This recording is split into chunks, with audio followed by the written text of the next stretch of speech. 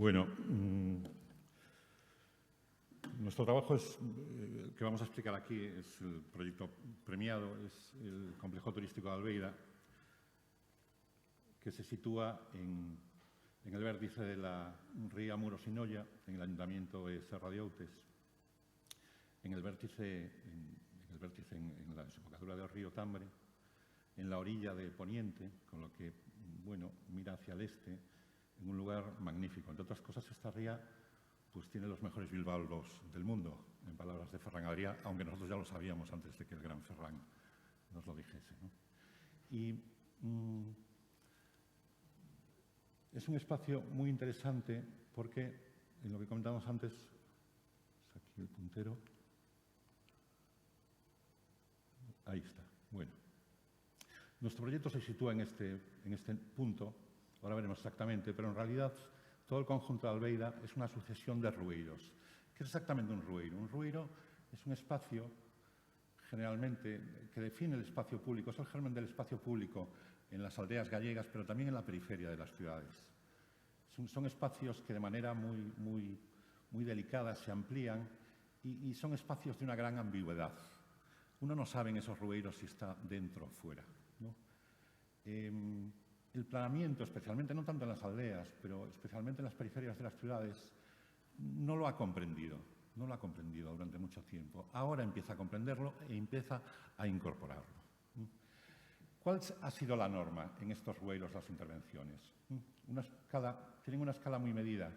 Entonces, los procesos han sido generalmente los siguientes. Se ha desvirtuado el tipo arquitectónico que no se ha tenido en cuenta. Se ha violentado el proceso constructivo con materiales que seguramente no se comprendían. El resultado ha sido una forma descontrolada y el resultado ha sido generalmente pues, una escala absolutamente violentada. ¿Qué es lo que ha hecho la Administración para tratar de corregir esto? Ha prescindido del tipo, ha prescindido del proceso constructivo y se ha quedado con la imagen, con la forma, para tratar de controlarla. Es decir, ha impuesto una forma a priori. Es decir, ha utilizado la mímesis para resolver ese tipo de cuestiones porque lo ha entendido como una cuestión de imagen. En nuestro proyecto nosotros hacemos todo lo contrario, o pretendemos hacer todo lo contrario. A ver si abrimos nuevos caminos, como decía antes Óscar. Aquí vemos exactamente en nuestra intervención que en realidad son 9 cabañas que se extiende además a una intervención en los conjuntos tradicionales que aquí hay, con lo que, por un lado, tenemos nueva planta y, por el otro, rehabilitación. Esta intervención, bueno, pues a nosotros nos gusta decir, como en esta zona ya no se puede construir, el límite es todo esto, que en cierta manera son los puntos suspensivos de un texto que ya casi está completo, ¿no? En nuestro proceso, pues aparecen, ya veis, las cabañas. Modificamos ese tipo arquitectónico, lo modificamos completamente, variamos el proceso constructivo. La forma no tiene nada que ver con lo existente, pero en nuestra opinión no violentamos la escala del lugar. Con lo que, utilizando unas herramientas completamente distintas a las habituales, pues estamos consiguiendo, creemos, otro tipo de intervención. Otro tipo de intervención que además, a nuestro modo de ver, es muy respetuosa con el territorio, ¿no? Y conserva la escala del lugar. Siempre hemos pensado que la escala es lo determinante en este tipo de intervenciones. El hecho de que a nosotros nos aprioricen la forma, al margen de otras consideraciones, es nuestro mayor problema en nuestro trabajo diario. El mayor problema que tenemos, ¿no? Bueno, aparte del cobro de honorarios, todo tipo de cosas, pero eso ya no tiene... En fin, ¿no? Vamos a ver. En este punto tenemos un poco la realidad que nos encontrábamos, que es una realidad de, bueno, pues los elementos tradicionales y artificiales conviviendo con el elemento natural. Si estuviese aquí Arturo Franco, seguramente, con su casa de Fieiro, hablaría. Él tiene un resumen muy bonito que hace de que su proyecto es una casa-atracción dentro de un proyecto de una casa-construcción, ¿no? Nosotros aquí tenemos una realidad comprimida, compresión, y una realidad que trata de estirarse, ¿no? se resume bien en este punto, en este esquema que, en fin, toda esa realidad del territorio construido, horizontal, que se va tal, y la realidad, bueno, pues más natural, que se va extendiendo y que se va alargando y que se va estirando, ¿no?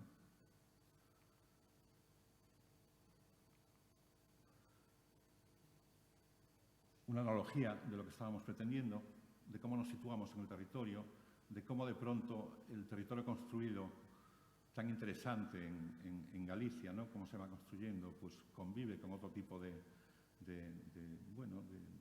realidades, y va dialogando y se va estableciendo pues un diálogo que aquí aparece reflejado de una manera, bueno, esa analogía que referíamos antes, ¿no? Y que aquí, bueno, pues aparece en esta imagen con el muro tradicional, magnífico, estupendo, con un magnífico oficio, bueno, pues conviviendo con la realidad que nosotros proponemos, ¿no?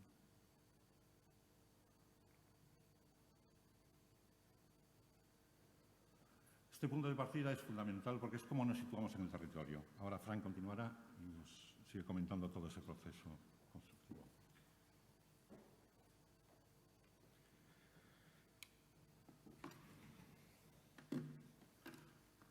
Bueno, ¿qué tal? Buenos días. Insistir en los agradecimientos de Alfonso, ¿no? por pensar en nosotros para esto, evidentemente al jurado cuando nos premia y agradecer mucho el poder estar aquí con todos estos compañeros tan estupendos con proyectos tan bonitos.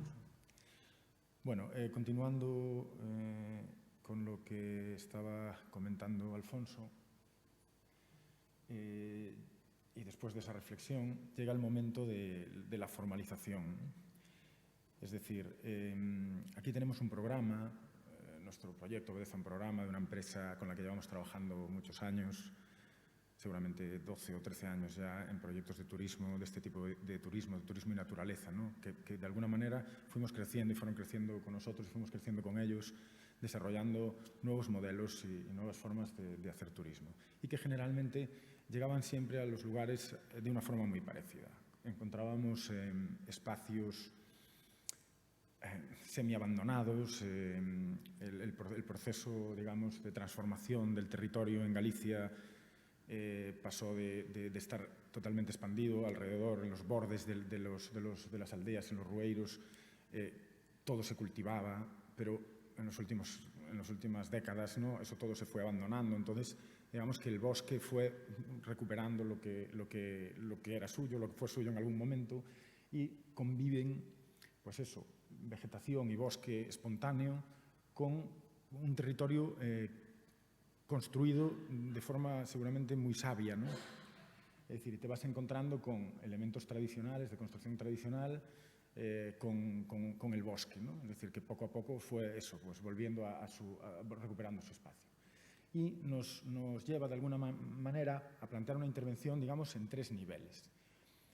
3 niveles porque este tipo de proyectos no pueden resolverse como se suele resolver un proyecto de arquitectura en un estudio.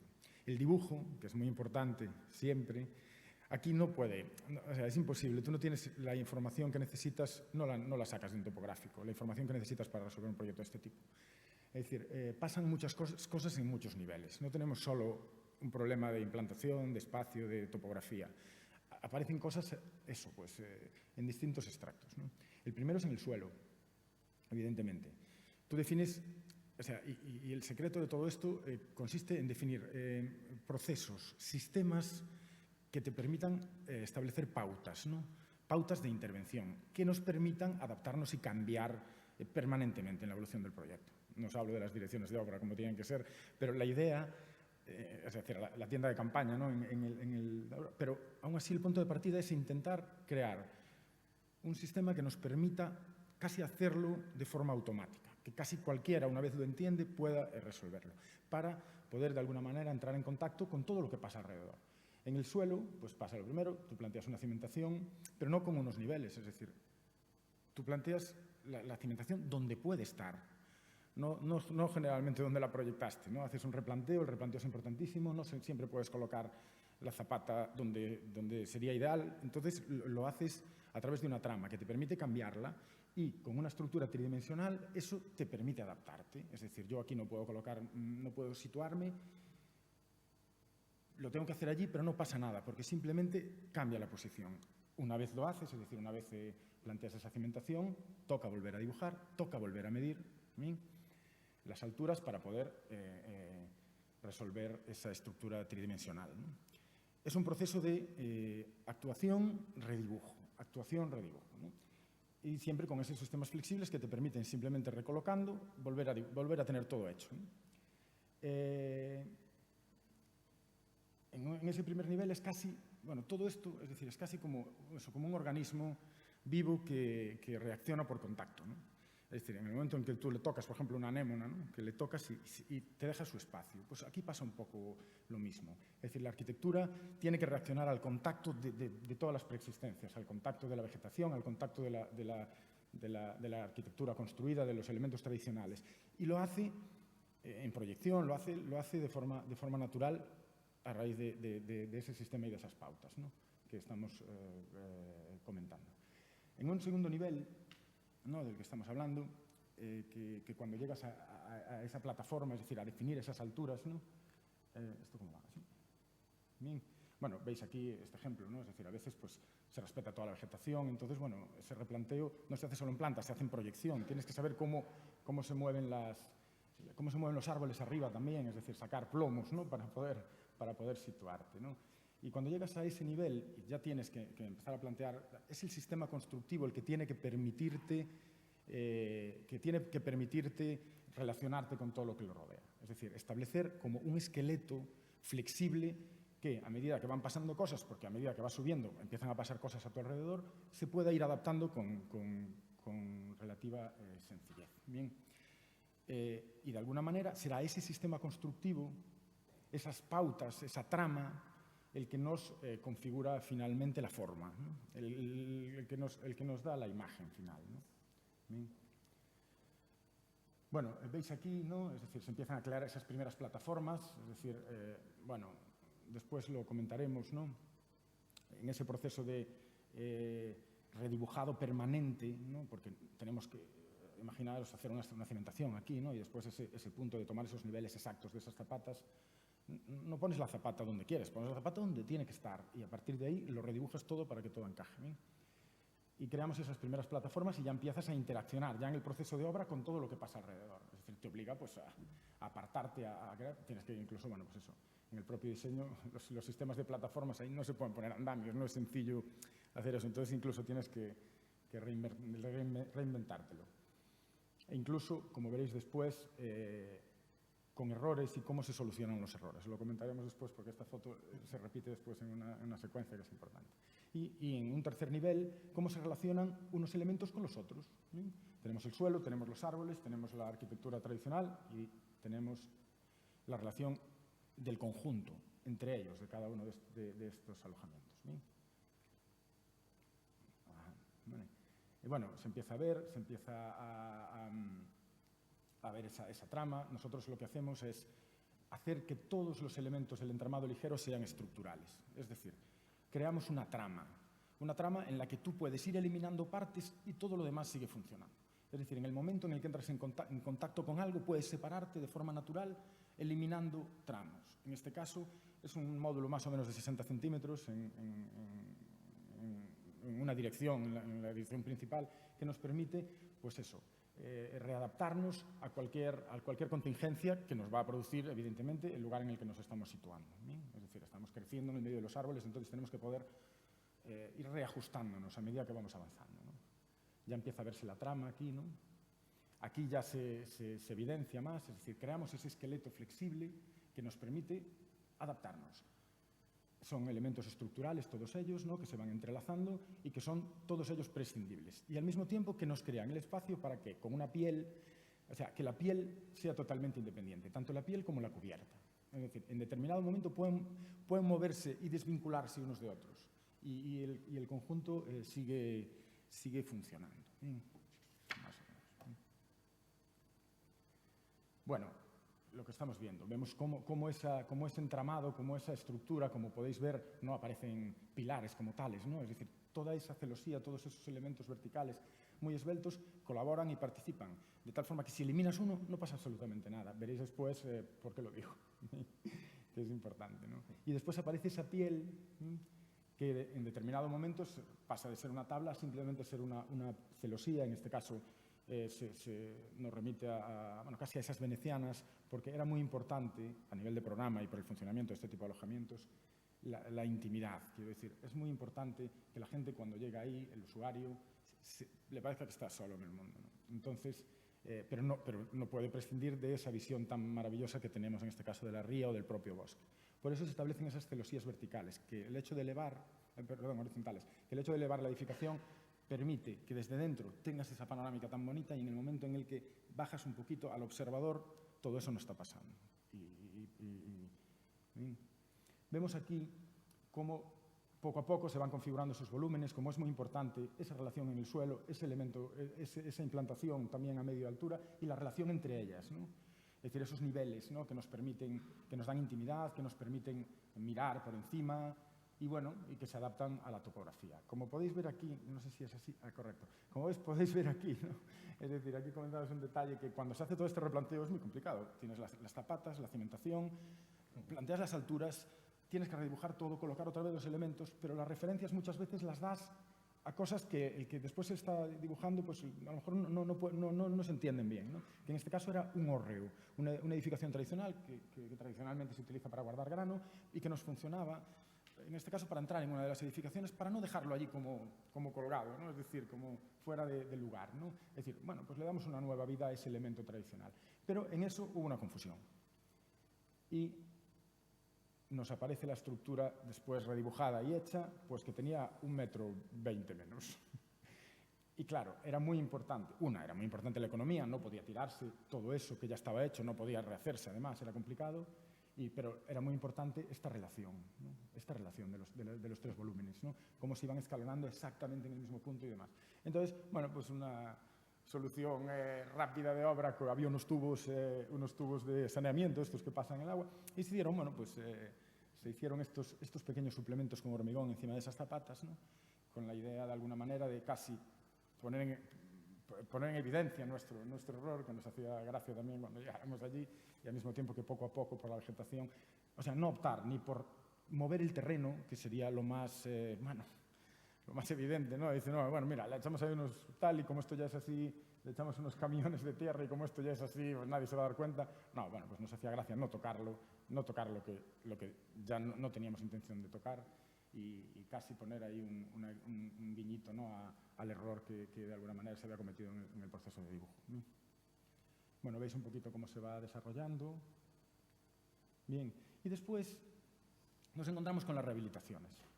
Tenemos, tenemos unas edificaciones tradicionales en ese final, bueno, que ya estaban, de alguna manera, ya estaban violentadas en anteriores retoques y rehabilitaciones que se habían hecho, bueno, con mejor o peor criterio, ¿no? Pero nos encontramos con el mismo problema, pero, digamos, al revés. Es decir, tenemos una base muy rígida y tenemos unas cubiertas que tradicionalmente eran muy flexibles y que nos permitían, con materiales como estos, pues resolver las imperfecciones de la planta. Nosotros que trabajamos en Galicia, y supongo que también con la arquitectura tradicional de otros lugares, las plantas se adaptan mucho al terreno, o sea, la arquitectura tradicional se adapta mucho al terreno y casi nunca encuentras una edificación con ni un solo escuadro, es decir, los muros se mueven a su aire. Entonces, colocar una cubierta tradicionalmente era relativamente sencillo porque tenían elementos muy flexibles, ¿no? Y los iban colocando y los movían y se adaptaban y al final veías el resultado y te parecía que todo estaba en su sitio. Pero claro, ahora es complicado, no se puede hacer, ¿no?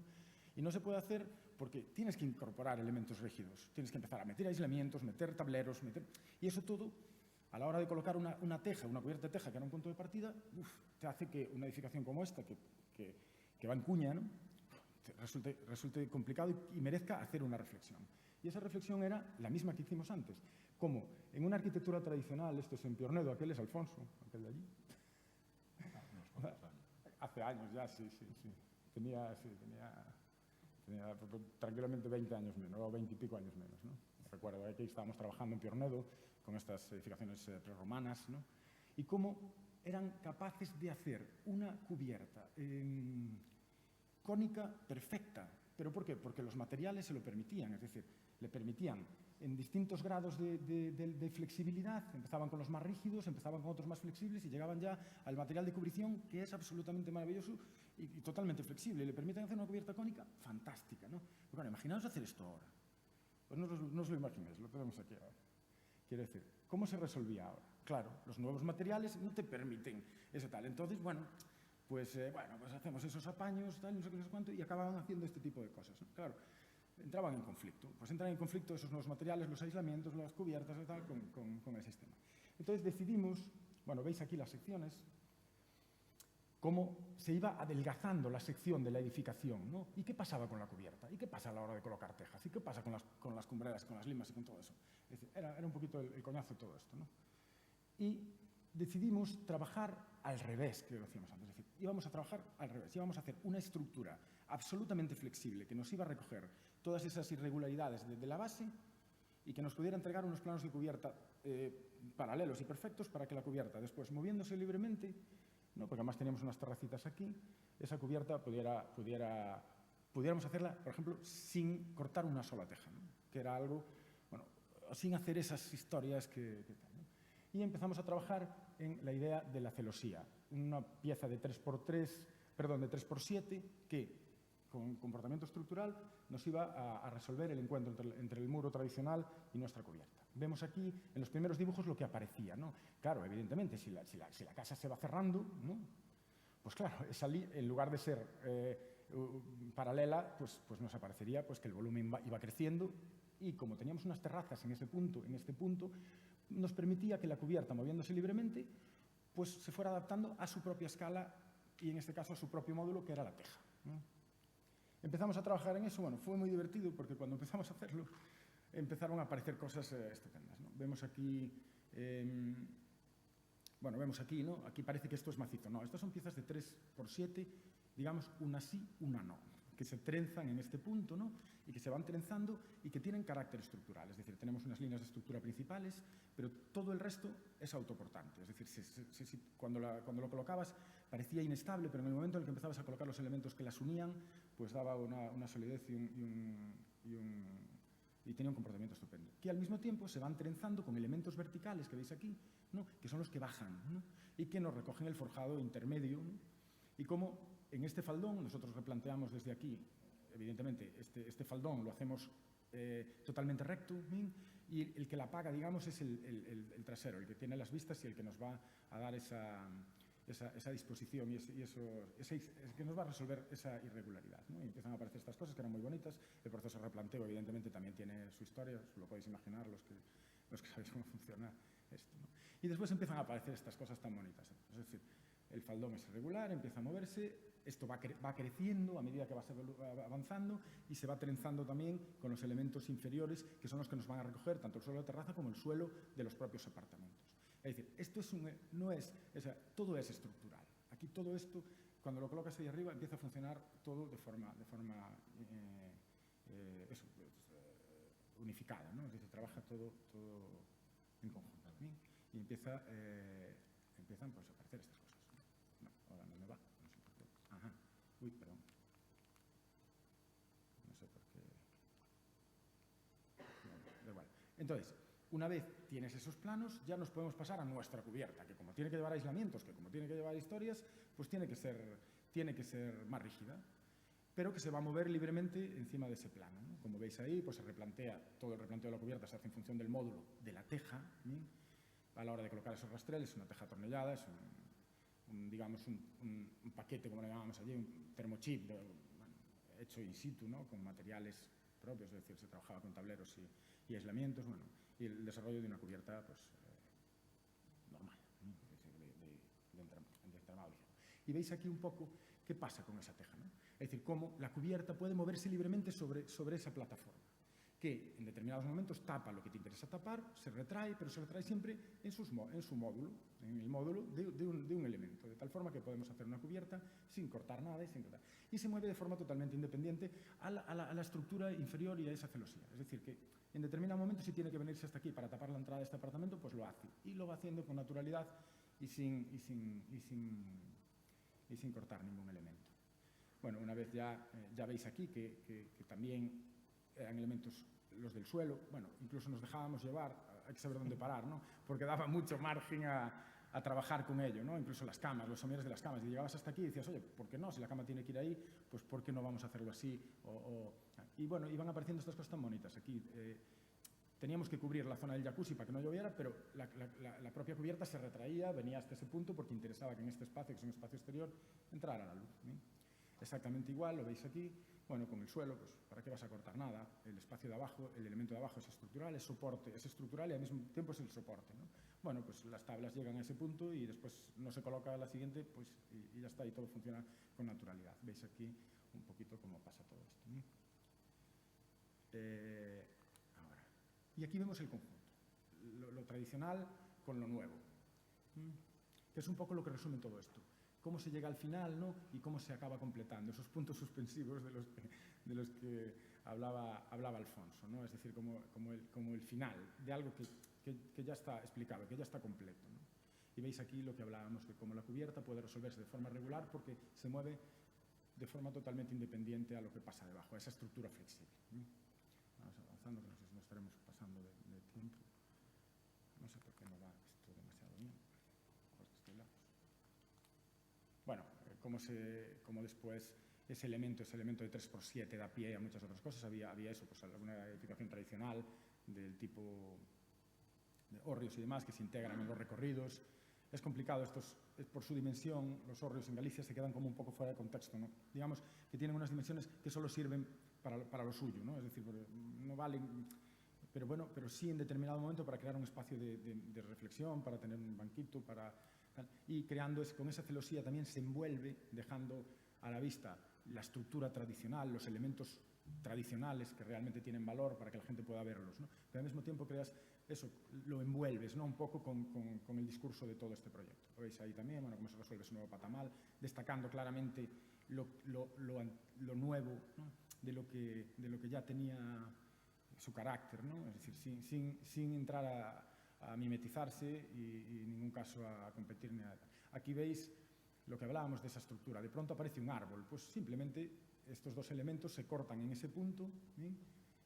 La cubierta continúa y dejas un hueco para que todo eso pase, ¿no? Y se hace de forma natural. Pues llegas ahí arriba y empiezas a colocar la estructura y te das cuenta de que parte de la estructura sobra porque tiene que dejar que el resto fluya, ¿no? Y ahí nos pasa, bueno, lo que veis, ¿no? Es decir, que se puede permitir. Bueno, a nivel de programa, a nivel de planta o de cómo se formaliza después interiormente el alojamiento, el proyecto, ¿no? Bueno, sin mucho más. Era una premisa nuestra y también de la DAL que no se utilizaran o intentar no utilizar utilizar solo materiales naturales, madera y piedra. Entonces nos lleva también, pues en determinado momento, a replantearnos los materiales de algunos elementos como las piletas o bueno, que en determinado momento la piedra, el granito, sustituye a la madera porque la cocina, porque en un espacio en el baño, bueno, pues simplemente cambiamos el material pero mantenemos el lenguaje, ¿no? Lo mismo, ¿no? Es decir, es un espacio de mobiliario, donde se trabajó con maderas, bueno, quiere. Bueno, sin más, es decir, trabajando con ese entramado, pues al final te dejas llevar y también resuelves parte del mobiliario, porque, bueno, la verdad es que veis aquí, ¿no? Es decir, como ese entramado, esa estructura nos permite esa flexibilidad. Aquí no fue necesaria, pero en la mayor parte. Son 8 o 9 alojamientos y son todos diferentes, ¿no? Con el mismo punto de partida, por culpa de lo que nos rodea, ¿no? de cómo interacciona con el territorio. Y veis aquí también un poco pues, lo que estamos hablando, ¿no? Cómo se relacionan unos con otros, que es muy importante, y cómo se relacionan después con el entorno, tanto construido como en este caso natural, ¿no? Como los árboles pueden pasar por el medio de la tal y no pasa nada, es decir, todo eso se mueve y se adapta casi al momento, ¿no? Bueno, una imagen así de conjunto, ¿no? Evidentemente, pues también nos lleva a esas pasarelas, a esa historia para que, bueno, a pesar de estar levantados, pues accesibles, ¿no? Y también era una premisa de la empresa, ¿no? De la empresa promotora, en este caso, pues que es muy sensible, ¿no? Su responsabilidad corporativa les lleva a intentar siempre mejorar en ese sentido, ¿no? También en el tema de la accesibilidad, ¿no? Por eso a veces se hacen esas pasarelas en Guadalajara. Y además, bueno, con mucha naturalidad, ¿no? Que se adaptan a la topografía. Creo que es la última diapositiva. Alfonso. ¿Probamos? Ah, sí, perfecto. Bueno, y nada más. Espero que lo hayáis disfrutado y después en la mesa redonda pues comentaremos dudas. ¿Vale? Muchas gracias.